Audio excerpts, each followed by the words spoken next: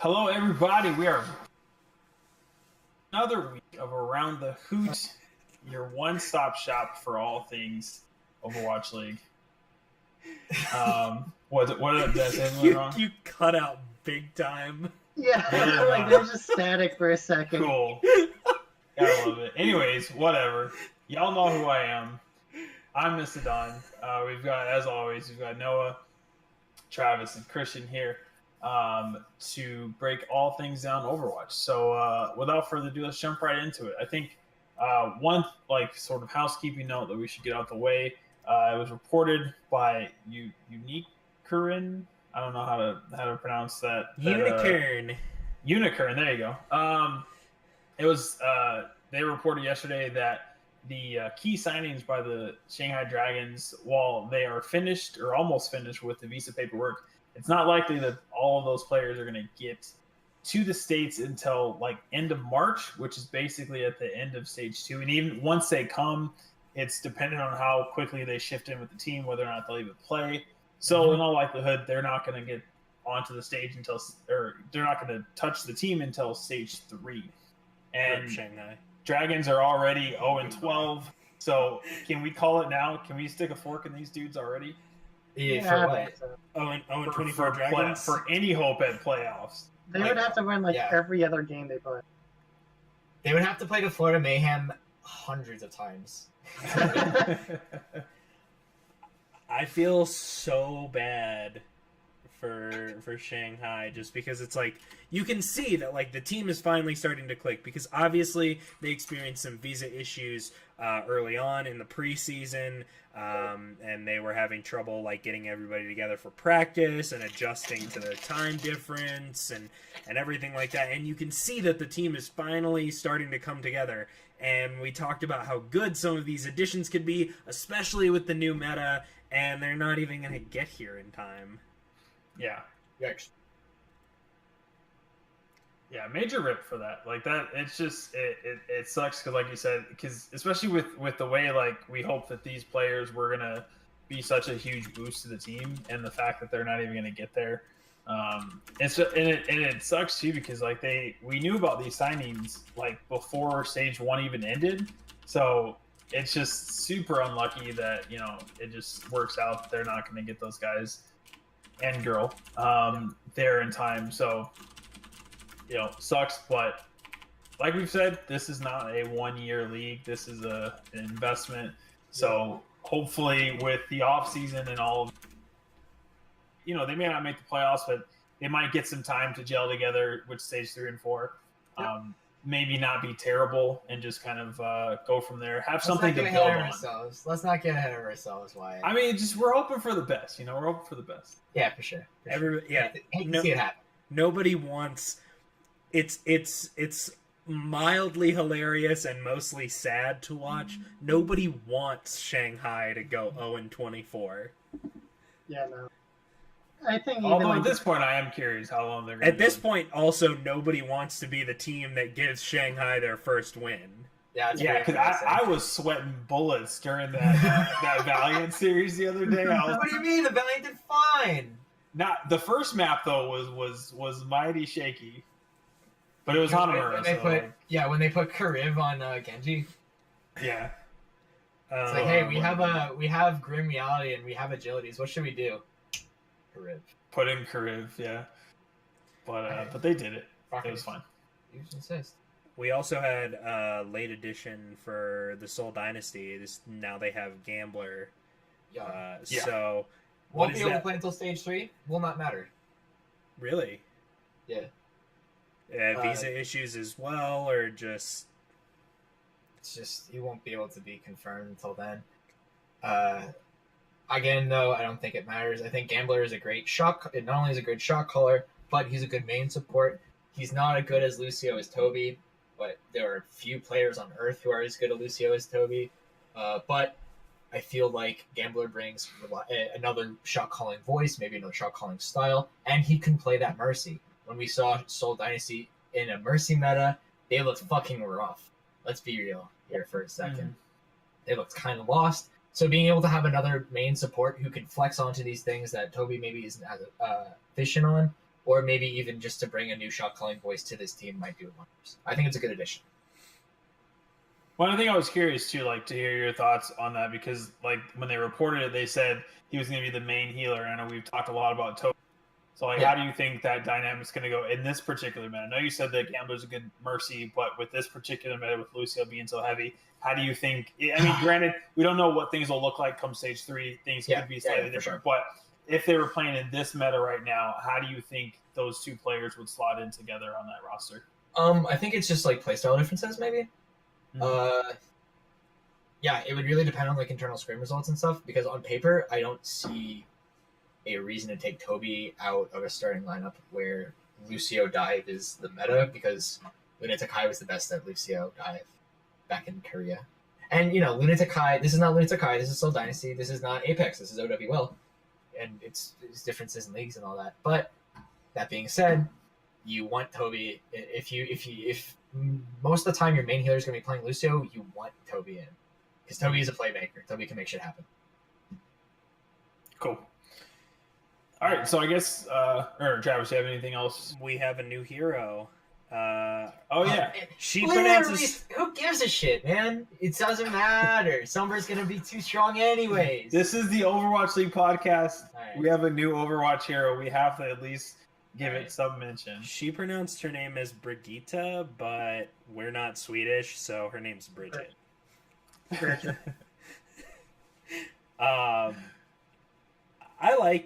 played her on the PTR. She's okay. I don't think it's gonna be like Moira, where she just jumps in and everybody's like, "Wow, this hero is so powerful." I think she definitely fills a niche that's needed to be filled in Overwatch. What's that niche in your mind? Stopping dive.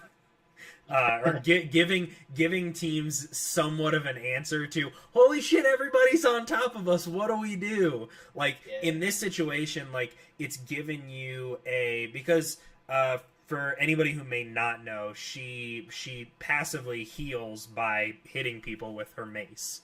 She also gives armor packs to people, like straight to people, and then she also heals them up too. Right. So it's very good, like anti-burst as well. Yes, Basically, but it's the like armor disappears within 4 seconds, so it's a really temporary. Like I look at it this way: if somebody's jumping on top of like your Zenyatta or your Mercy, boom, instant armor.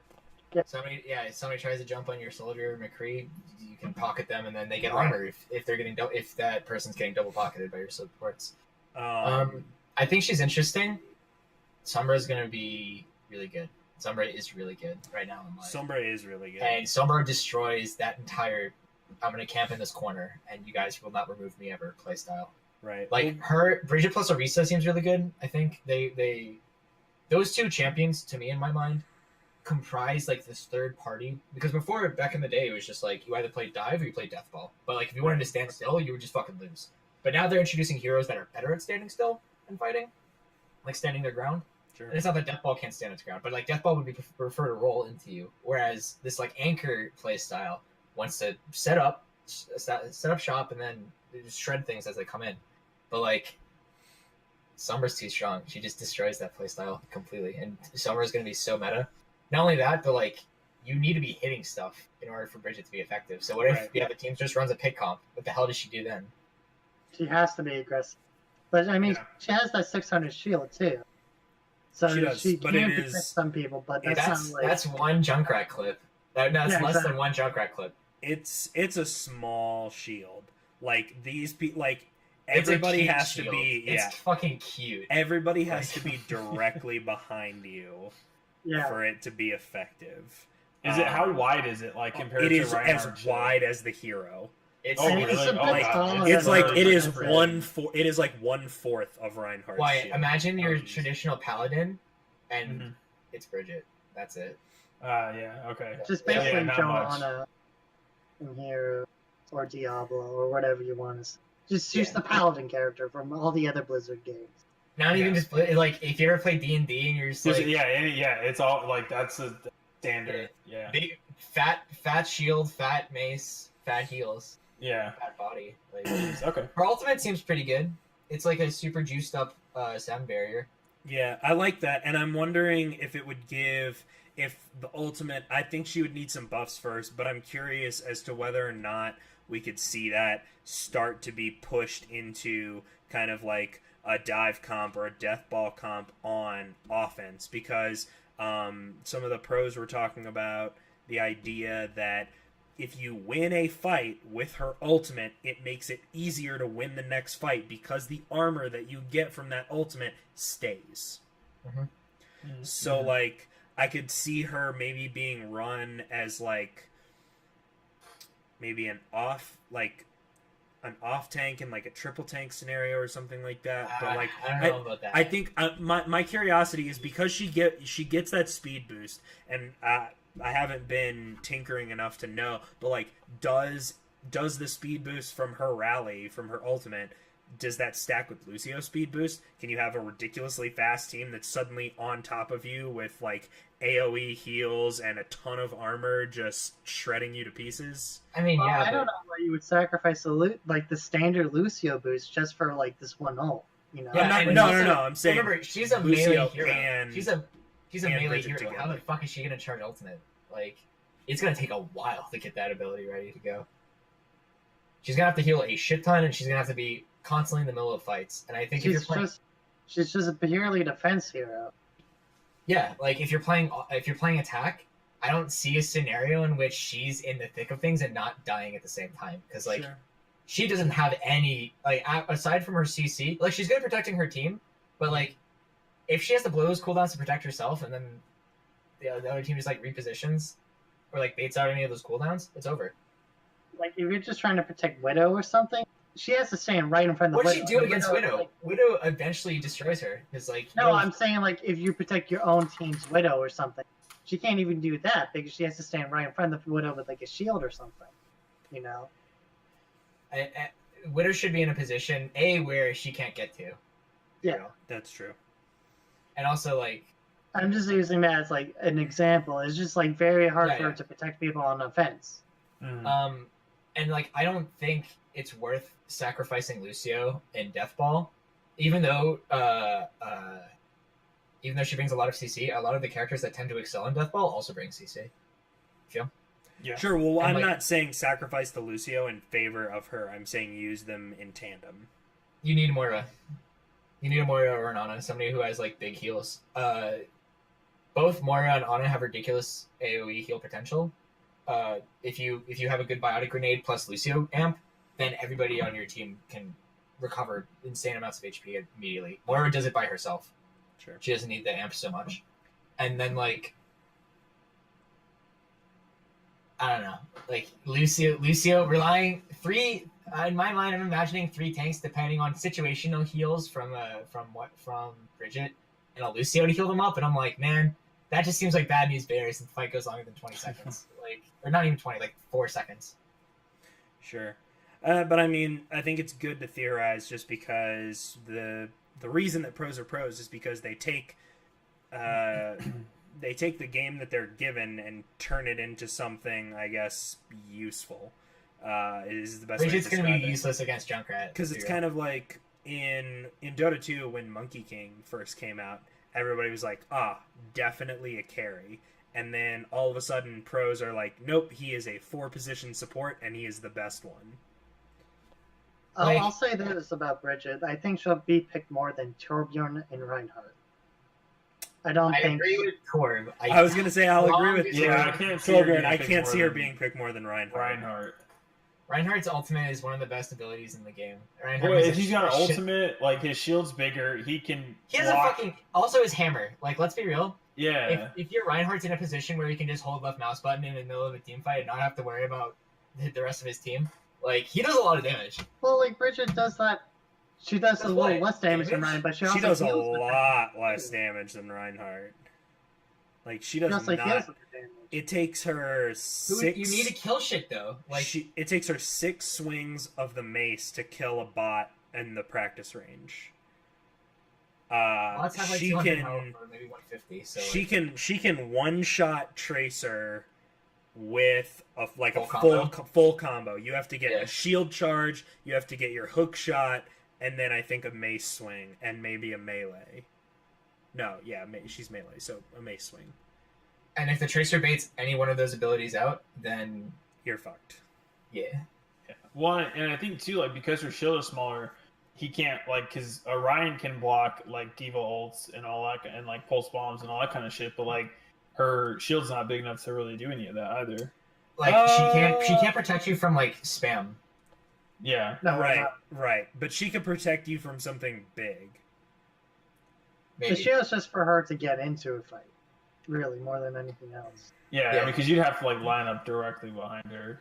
I mean, I could see her being useful, at least her shield being useful against maybe protecting one or two people from a Diva ultimate. I think she's gonna be useful in anchor comps, protecting the rest of her backline against dive. That's the position that I think is natural to the hero, that everybody can see, that it's like this hero is the defender of the backline. This is the what's his name? This is Maniton's hero, since he loves to stay in the backline so much. Dude, that's just sadness. That's not his role. That's just like the sad reality of his life right now. Poor fucking guy. But yeah, I think with the prevalence of Sombra in the meta right now, like dive is just gonna be nuts. And I mean, the real question is, what changes are going to be made between now and the end of Stage 3? Are we going to see Sombra and May, all of these changes come live to OWL? Will we see Bridget before Stage 3? No, probably to the last one. The May changes are healthy and fine. The Sombra changes are fucking stupid, and they need to be fixed at some point. Yeah, like because it goes live. Well, I think this is a situation where I'm glad approach and the Dota approach of putting in patches to competitive play like a week after it's out, because like you said, like the summer patches are the buffs are very, very strong, and I'm glad that they're not going to get put in for Stage 2. That way they can have some time to dial those back, because like just looking at the little videos that they put on Reddit where it's just like, oh, here's the before and after, like she's ridiculous. Yes. Sombra dive is going to be insane. You replace the non-tracer spot, or you just replace like the Diva in dive with Sombra, and you shut down anchor and dive.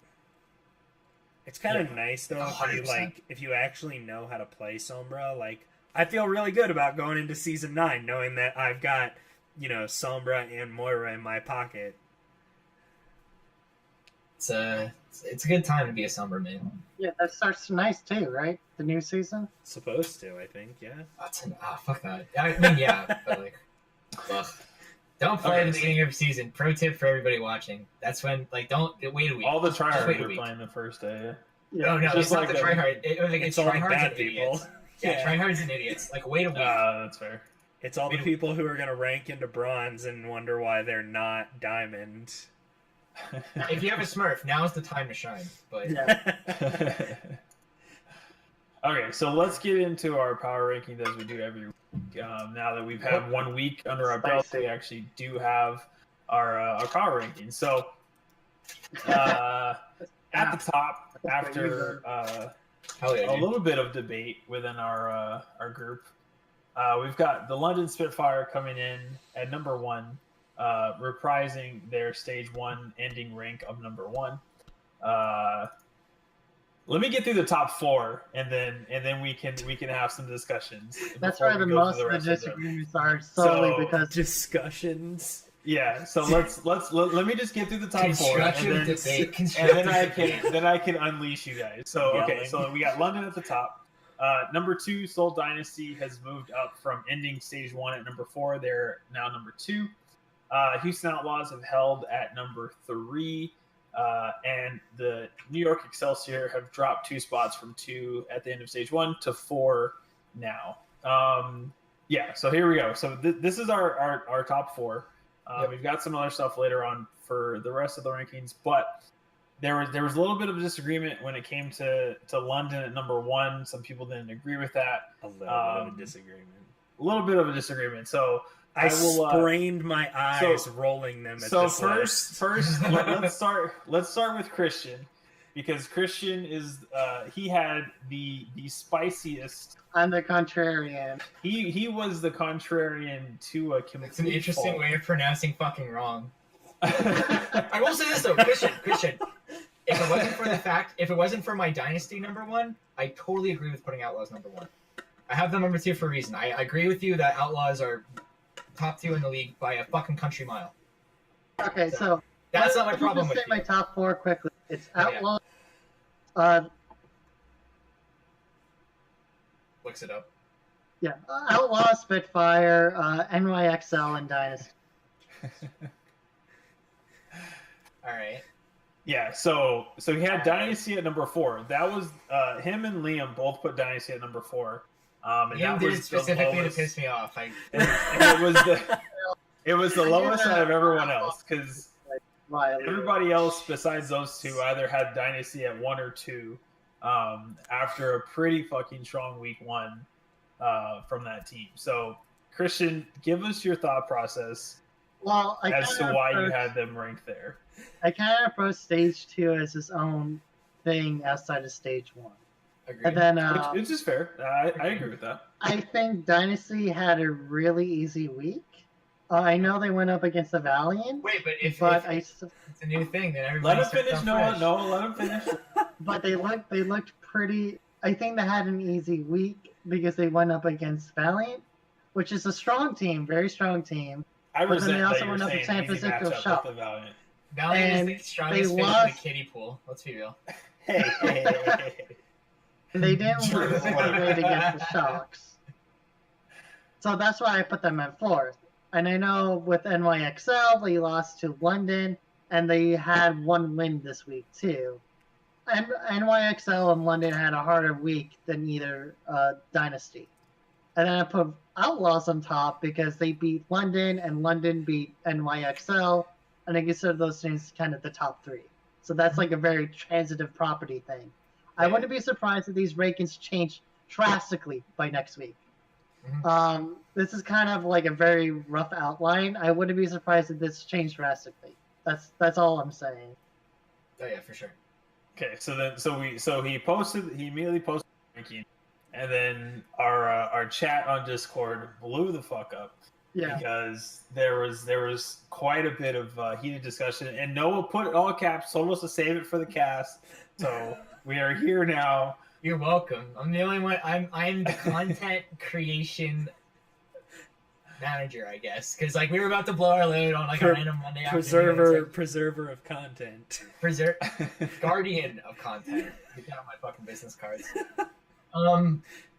So yeah, I don't know if Travis or Noah, one of you guys want to go ahead and kind of elaborate as to why you think that Christian was wrong. And I mean, okay. So on one hand, like, there's a whole other issue of like why he's wrong just from like a basic standpoint, but like the thing that I'm having trouble grasping at this moment, from a fundamentals of thinking standpoint, like that's a little intense. Like what I'm having trouble grasping is you say like, all right, this is a new season, but as Noah pointed out, you then say, okay, well, Seoul had an easy week, and New York and London had a hard week, and like, I just don't feel that's good reasoning for putting Seoul at number 4. If you had put like, and this is the horrible and insane thing, is that if you had put New York Excelsior at number 1 and Seoul Dynasty number 2, I would have just completely brushed it off as, he's a New York fanboy, whatever, it's week 1. But like, Seoul's all the way at number 4, and when we move into stage 2, at least the way that I'm doing my rankings is like, I have to at least look at the end of stage 1, even though there was a meta shift and I know there was, there's going to be changes. I have to at least gauge the teams moving in, just like we did with a little bit from preseason. Of it's not the whole thing that we're basing it off of, but just it factors in a little bit the team's relative skill level. And the last time we saw Seoul Dynasty play the LA Valiant, it was really close. Like, and then yeah, this time around, they fucking cleaned house. Like, Yeah.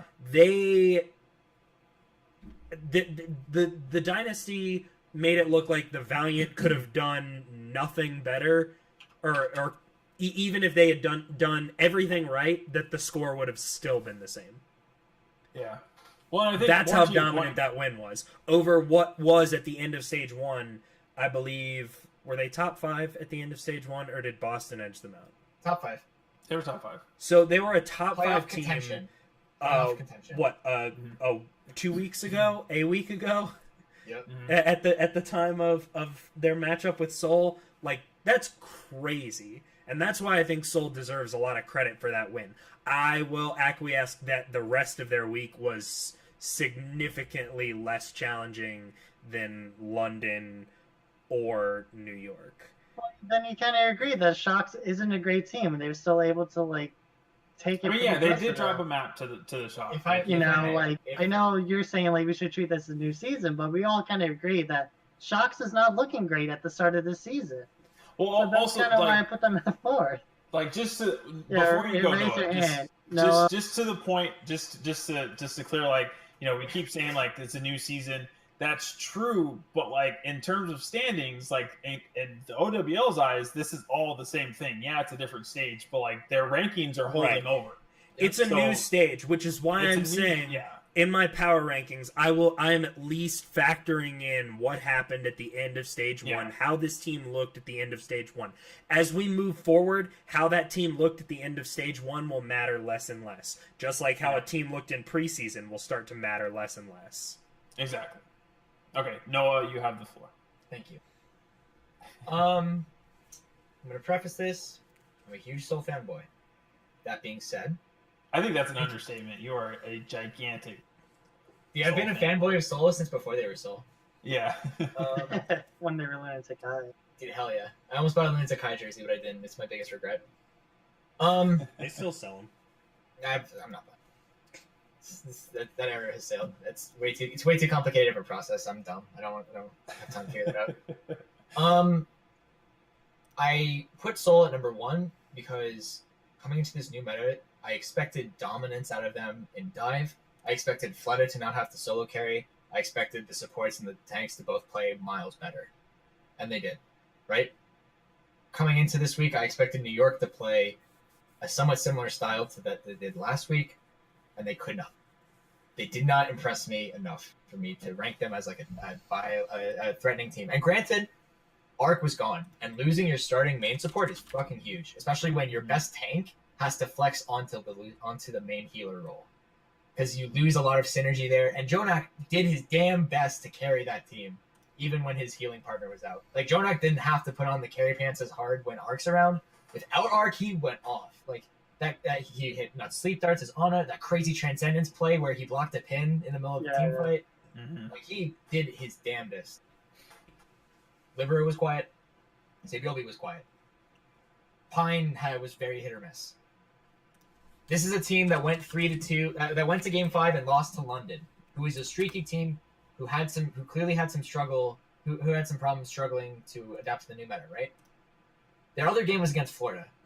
Don't tell me that was convincing of anything, because Florida, I think, is the worst. We've all agreed is the worst team in the league. Yeah. Until they play Shanghai, and then the loser of that becomes the new king loser, I guess. But like, New York without Arc, from what I saw, is not a top 3 team. London beating that team should happen naturally, and London struggled a lot, right? London didn't look as comfortable. They subbed in Hagopune for some reason, which I'm not sure why. They benched Bedosin, and then they brought Bedosin back, and things just kind of looked awkward. Another thing about New York, Janus is a good tank player, but you saw a world of difference out of how hard their front line could carry when it was Janus and Meko versus Mano and Meko. Like, they look like a completely different team, and it's like not for the better. Houston probably is the best team in the league. I will admit that. I think I've been sleeping on Houston for a while and kind of just doubting them. Houston have built themselves pretty wide. They've got a nice deep roster. Spree on Zarya is pretty scary. Blank's a pretty good Lucio. That being said, Houston struggled against these teams that are also struggling. And maybe they'll eke their way through once, and like they got 2 difficult games up. Did they get 2 difficult games? Who else did they play? They played Boston. Houston played Boston. Yeah, Boston. Okay, we'll get to that. But like, Houston got a tough game out of the way already in London, and they took home a win there. I need to see them beat a team that looks as dominant as Seoul. Seoul was not only one of the 4 top-tier teams coming into this stage, they played like a goddamn top-tier team. And sure, they might have had an easy weekend, but they did what top teams are supposed to do. They dominated. When they lost 1 map to San Francisco Shock, they had planned on running Bunny as their tracer. And then like an hour or so before the game, Bunny was sick and he couldn't play. And then Munchkin stepped in. And Munchkin is a fundamentally different style of tracer. Maybe I'm getting them mixed up. But the 2 tracers on Seoul are fundamentally different. And Seoul still came back and crushed them. When I look at Seoul, they're winning games how I expect them to. When I look at the other top teams, I'm not sure if it holds up. That's why I have them at number 1. Okay. I mean, we'll Wyatt, see if that holds Wyatt. true this week. That's Hold kind on. of my We're concern. letting Wyatt get away here. We're letting him go scot-free. Wyatt, would you care to explain why you think the Spitfire are the number 1 team despite them looking like hot garbage? Not hot garbage. Not garbage. They were on Struggle Street, dude. Okay, hot garbage. I feel like is a stretch. They didn't look like mayhem. Granted, I will say that probably shouldn't have put the Spitfire at number 1. Looking back on my rankings, I agree that they probably should have been a little bit different. But I still think that there's a case to be made for this team being like the best teams in the league. I agree they're one of, but like... Yeah, I Sure. mean, like, you know... Top 3, top 4. Yeah, That's but right. I mean, I guess it was just looking at, like, you know, they stood up against the Excelsior again. Yeah, they lost. Against an Excelsior without one of their main starters, who was a key Yeah, component I to that mean, that's team. fair, but they're still the Excelsior. What do you mean? To be fair, Track your rankings are only the 3rd worst. Just I'll first take it. worst. Liam claims 2nd worst. How do we quantify worst rankings? How do we do that? Well, let's see. I'm going by position of dynasty, and Position of Houston. Liam also has and positioning of Houston. Liam has them at number 4, and then he has Spitfire and New York at 1 and 2. So he has those messed up. Houston and Dynasty and Spitfire and Nixel should swap. See, at least I had the Excelsior on the right spot. Let's not shit on them when they're not here. All right, let's move on from the top 4. Anyways, okay, so that was our top 4. Had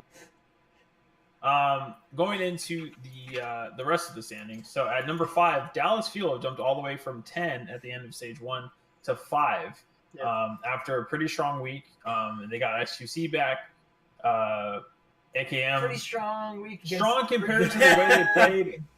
Look, They strong look compared like to a the way much they better played. team than we saw in stage 1. That's what They we're look taking like an away actual here. team. They As- fucking, Exactly. that's a low fucking bar they cleared there. It Let's is. not That build is- bar. that is- It's a bar, and they jumped over it. You know, They tripped Not it. Shanghai, yeah. exactly. I mean, hey, they won 2 games. Like that's already what half the total they won in the first in stage 1. As Steven so eloquently pointed out, everything beneath position 5 was a total crapshoot. Yeah. And even position 5 itself kind of varies a little bit between Fusion and Fuel in our writers' rankings. And it really was a crapshoot after position 5, just because it's so early to be able to tell which of these middle-of-the-pack teams are, you know, which ones could break into top 5 and which ones are trying to stave off Shanghai and Florida. Exactly. So Dallas is there for now. We'll see what happens when they play against some better teams in the coming weeks. But for now, they're number 5. Philadelphia Fusion came in at 6, up a little bit from the end of stage 1 where they're at 7. The Valiant, my boys, they have slid a little bit. Just Now down at 7, out of the top 6 now compared to the number 5 in stage 1. It was a rough week. And then Boston Uprising at number 8, Gladiators 9th, the Shock at 10, and then the the 11 and 12 stalwarts of Dragons and Mayhem in that order are down there in the basement. You can make an argument for either of them being the worst team, and like no. Yeah, I mean, it fluctuates honestly. Like I think almost every week have a different. We're like, okay, this which team sucks the least in their losses? Yeah, exactly. Yeah. So it's rough. Like Dragons look better this week, but I don't know. I see Mayhem keeping on sliding down. They're not looking good at all. When they get side player, they won a game. That's not Shanghai. Yeah. I think that's. And then okay, let's talk about Florida real quick. I watched one of their games for recap, and they were playing Hollywood, and I saw the most Florida play I've ever seen in my life, where all four of the front line and the DPS dove onto the defenders who were holding in Cafe on A, Sure. and Solo, I think he was like either a Winston or a Diva and a Tracer, engaged on the Zenyatta, on the Florida Zenyatta, which I think was either Zebasai or I can't remember It was Zebasai. Okay, it was Zebasai. And then the Lucio was like, "Oh, I'll stay behind and peel for you, buddy." And then it was like, the Zen's healing orb is on the Lucio. The Lucio's healing the Zen, and they both just died to like the one tank and the one DPS. Meanwhile, all the Florida DPS, they're no healers, right? They're basically they have no healers, and they're going hard, kind of, and like they can't kill a single fucking thing on the defenders team, and they all just slowly die. And then the defenders have ult economy, and then they like proceed to throw for the next 10 minutes, and like game is next. And it's just like. Okay. Like they try to run dive. At least Dragons can kill things. Sometimes. Yeah, Dragons get killed. Like at least they kind of understand how they should be playing. At least their DPS gets fucking kills. I am so unimpressed. I think Tavik and Logix are the worst DPS duo in the league. This is weird. And I talk shit about a lot of duos. What? I was gonna say I don't think because there's a they lot were of contests during the World Cup, and they did okay during the World Cup. Who else was on their team during World Cup? They don't have the full Swedish roster, but like most of the Florida Mayhem is Swedish. Let me say they see like damn good when you got chips in Coco. Yeah. Actually, one of them wasn't there. Probably, I can't remember. Let's pretend it's Coco.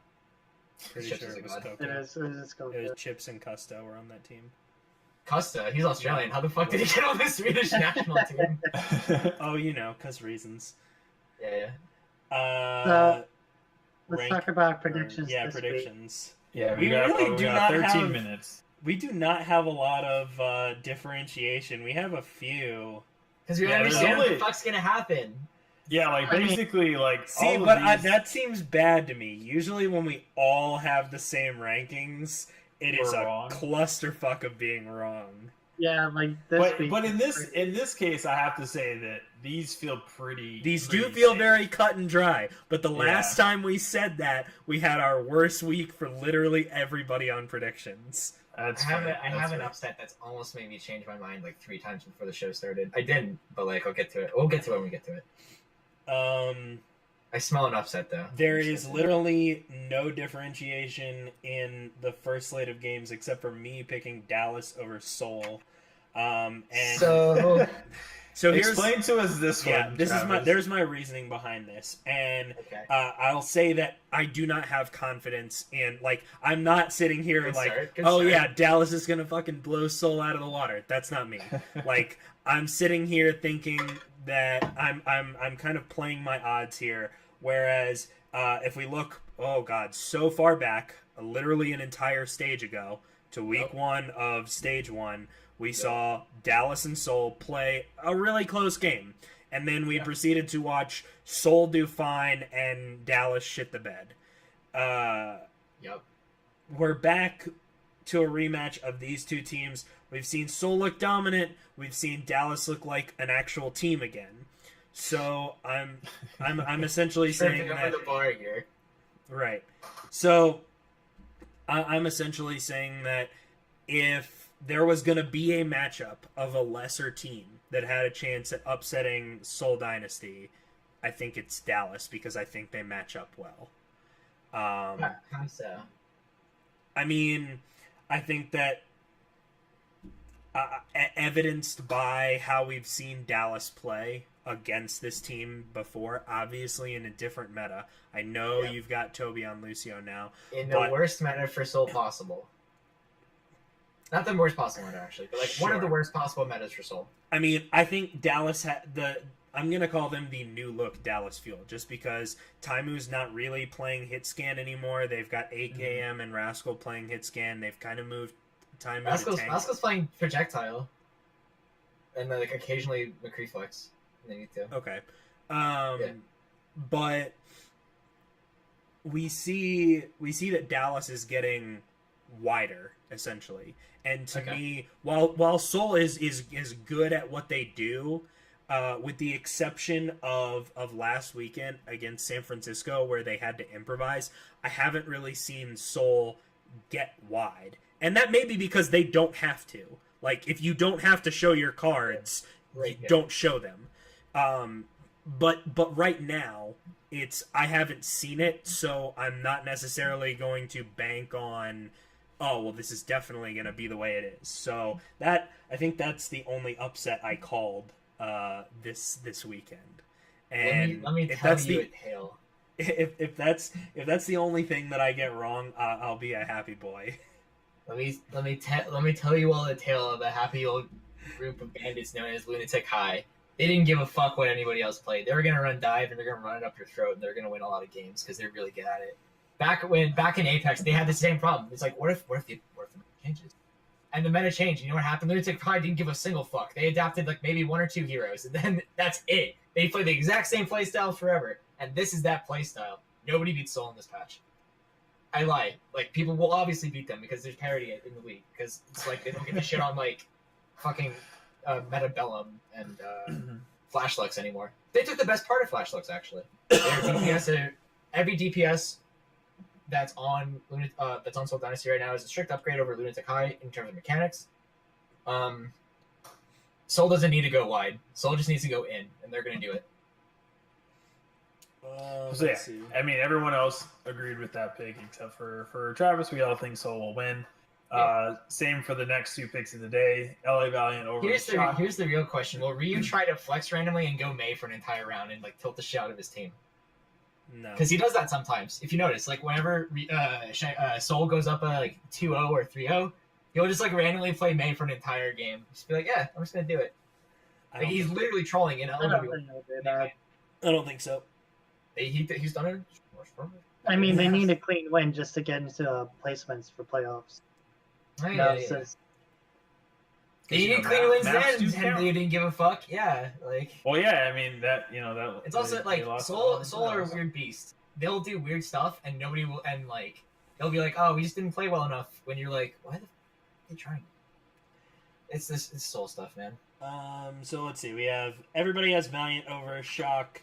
Everybody has Gladiators over Shanghai. Yep. Yes. And so then we move on to the next day. Everybody has London over Florida. Yep. Everybody has Houston over Philadelphia. This is it might be a close one. I'm interested. Maybe. We've seen Philadelphia get 2 clean 4-0s, but it's really hard to gauge how some of these teams are doing just because, we saw Boston trying to edge their way into the playoffs at the end of stage 1, and then all of a sudden they're getting 4-0'd at the beginning of stage 2. So it wasn't exactly Florida, Philly had the most tough competition with Florida and Boston. So it'll be interesting to see. This will help us gauge Philadelphia a lot better moving forward. We have New York Excelsior against Boston. I think Boston did Boston get the better of them at some point during stage 1? I know they played in week 1 and they got crushed. Boston beat London. Okay, that's what that's what I'm thinking of. So nobody picked Boston here. Not surprising based on even if Ark's not playing. And Giannis has to start at main tank, and they're doing this weird shit that turns them from an S tier team into an A- tier team. Boston's still not going to be able to. So this was one that I actually had trouble picking Boston just because of how they've looked. But Boston, everybody picked Boston over Florida. This is the one I want to change my mind on, almost. I'm almost there. Well, when is Florida going to start playing the other players? That's the real question. When they get them. I have no idea what they are. Because it's kind it's kind of like we're just kind of waiting to see what Florida actually looks like for Stage 2. Because right now they look literally no different than Stage 1. They are still a dumpster fire. I don't think any general manager or coach in the league would look at Logix and Xayah player side by side and be like, I think Logix is what we need here. No offense to Logix, but like, sure. Xayah player legitimately makes this team years better. Just by himself. He is that good. Yeah. He carried Libero back in the day. Libero is a carry on a team of carries. So now the next day we have Gladiators versus Seoul Dynasty. Everybody picks Seoul. I think Gladiators is definitely going to start improving with Fissure being with the team just for longer. But as we kind of mentioned last week, the rest of the team will catch up to Fissure. The Gladiators are just like they're scrappy. Like the Gladiators shine when team fights get messy, and that's not Seoul. Like Seoul. Here's what happens. Seoul's supports are going to the Seoul support core are going to shit on the Gladiators DPS, whoever they may be, and then Gladiators will be like, so who do we kill exactly? Well, Dynasty is just going to 1v6. Dynasty supports are just going 1v6. That's what it's going to be. Dude, back in the day, that's what they did, man. There are times where the DPS were god awful, and it's just like their supports would hard carry and win. We're actually evenly split on the next day, which is Dallas versus LA. Again, another straight up. This is a straight up rematch of Stage 1, Week 1. Is Dallas plays Seoul and then LA. This is the exact same schedule as day 1, Week 1. Interesting. Sure. Yeah, I think it is. Only like scrambled day, or no, not even scrambled days. So yeah. Let's see. Liam, myself, and Noah all picked Dallas. Steven, Christian, and Wyatt picked LA. Yep. This was hard for me, even as a Dallas fan, just because after getting stomped by Seoul and then, taking their frustrations out on Shanghai, it's so hard to gauge what LA actually looks like in this meta. Especially because against Seoul, they were incredibly inflexible with their strategy. Like the fact that when you have Grim Realities and Agilities on your roster, and you sub in Kareev for Genji, that right there is just like, what the fuck are you doing? It's really hard for me to gauge how LA is going to play. And again, I'm going to keep emphasizing that Dallas is getting wider, and they look, to me at least, a lot more like a play style that we saw from London in Stage 1, where it's kind of like, hey, we can mix and match and throw in players and different heroes, and we've got so many different strategies. It's like they have they're London, but worse. Yeah. They're strictly worse London Spitfire. Yep. And Rascal's still on the bench. Feels bad, man. Anybody want to make a case for LA here, or is it just Wyatt? I feel like this is such kind of like fanboy bandwagon there. Yeah, I mean, like I think you're right. Dallas is looking better, but I just feel like I can't go against like LA just because. Same reason why Christian always picks. I don't think we want to pass the mic to Wyatt when it comes to why will the Valiant win in a non-heartfelt answer. That isn't just like, I believe.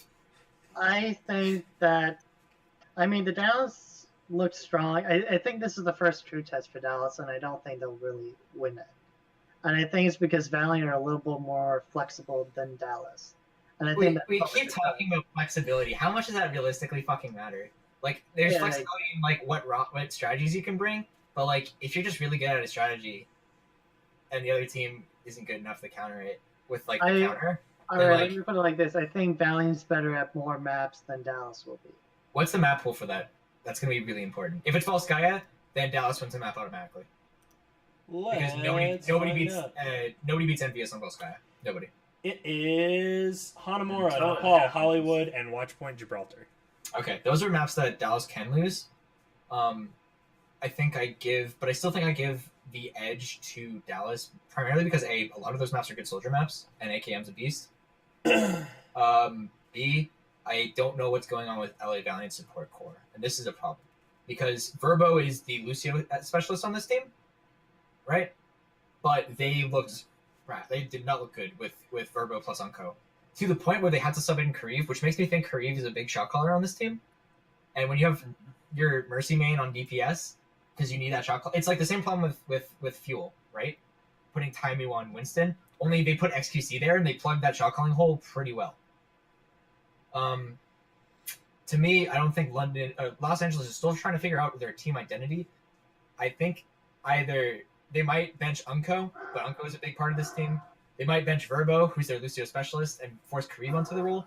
But then it's like you have Harry Hook, who's been a good Lucio for a while, who's actually playing on role, and then you have shot callers who know what they're doing on Dallas, and it might just be like a walk in the park. I mean, for LA me, presents too many problems for me right now to like trust in them. well, see, that's what capacity. I'm talking about with when I say that LA looked inflexible against Seoul. Is that Yeah. they knew they were getting beat, and then when they tried to change things up, it looked like a mess, and they did it really late. Yep. Yeah. And I guess the obvious point would be they didn't do it right either. Because I think There is no doing it right against Seoul. There's accepting your defeat and moving on with grace.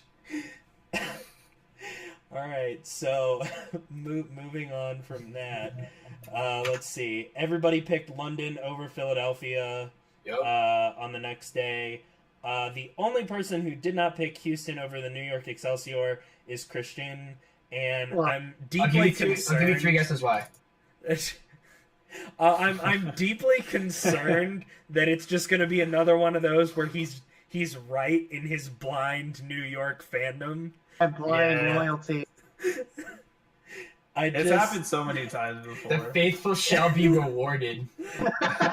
Okay, and so are we evenly split again? We We are. are, yeah. So We are for sure. Liam, Christian, and Steven think that Shanghai will beat San Francisco, and then Wyatt, Noah, and myself think that San Francisco will prevail. I just want Dragons to desperately win something. Just something. And I think they can do it against Sharks, and I think they can do That's it respectable.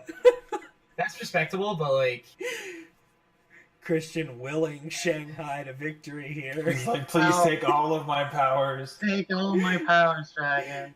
Oh gosh. But so I'm many sure people we'll have see. to. So many people have to completely choke, and like, and But you kind of saw that from Sharks shit during the teams- Seoul Dynasty match. shit teams like Shanghai are what Baby Bay eats for breakfast. Baby Bay excels when the other team isn't coordinated enough to like to focus him and stop him. I don't think Shanghai will be able to stop him, which is a thing that if you're coordinated, teams can easily do, and we've seen that time and time again, which is why San Francisco is struggling. But Shanghai aren't there yet, so Baby Bay is gonna have a good game. I'll say this: if Shanghai plays the way that they did against Seoul at the end of Stage 1, they can beat San Francisco. But I really can't say that I think that Shanghai has the motivation to play that way against San Francisco, because even if you win, you only beat San Francisco with Baby Bay. I mean, Hey, so like they need something. They have to be like, we gotta get it here, Sure. or at least against Mayhem. If Shanghai loses to Florida without any of their Stage 2 additions, I will fully back the idea that they are going 0-24. Jesus, that'd be really terrible. That'd be ultimate sadness. Yeah. Boy, Uh, boy, oh boy. Well, I think that does it for us because I games are think that's starting. it, yeah. Yeah. Hell yeah. So yeah, that's been another edition of Around the Hoot. As always, you can check out our Twitters. They are below our names. And yeah, OWL will start right now with Seoul Dynasty kicking it off against the Dallas Fuel. So we'll see whether or not Travis is right on this one. And so yeah, enjoy your week, and we'll be back next week to discuss some more of the hot and spicy OWL goodness. That's Maybe gonna do it. XQC We'll will see be you guys. banned. Yeah, but Yeah, I mean, he might get banned by next week. did you They're hear he leaking the leaked? schedule. He leaked stream schedule. That is so Yeah. funny. He's He's looking for gonna something. He's looking for something to get him in trouble that won't get him banned. It's not a big deal. And with Bye, that guys. note, we will end things. See you guys. Yeah.